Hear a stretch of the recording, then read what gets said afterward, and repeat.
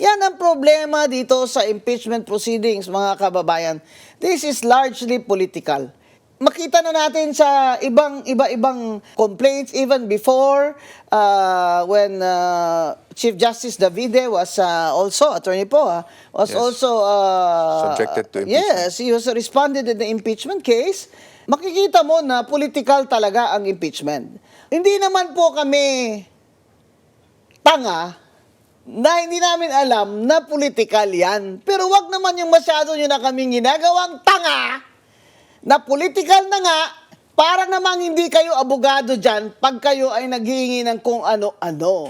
Kaya ako, masyado kayong... You have to forgive me, Attorney Poe, because I'm highly opinionated. Masyado kayong matalino dyan sa House of Representatives. Si Congresswoman Luistro, napakatalinong piskal na asawa niya ng nakusado ng rape ay pinatakas niya. Napakatalino. Si Attorney Terry Ridon, dati ko yung estudyante. Hindi lang iba sa akin yan. Napakatalino din. Ako na lang kaya ang debatehin nyo. Ako na lang ang isampina nyo. Sasamahan ko si Attorney Poe. Dahil yung mga ginagawa nyo, hindi na yan tamang sa isip ng lahat ng principles of law na ating pinag-aralan. Ewan ko kung saan kayo nag-aral, baka magkaiba lang tayo ng binasa.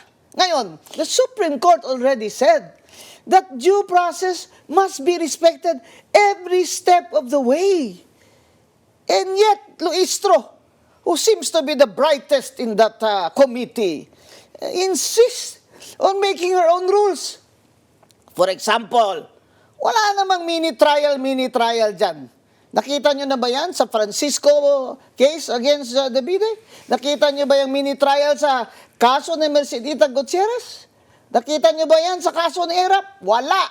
Gawa lang po yan ni Congresswoman Luistro. Kaya siguro imbitahin natin yan si Congresswoman Luistro dito, Net 25, para meron naman siyang due process dito sa aming usapang matino.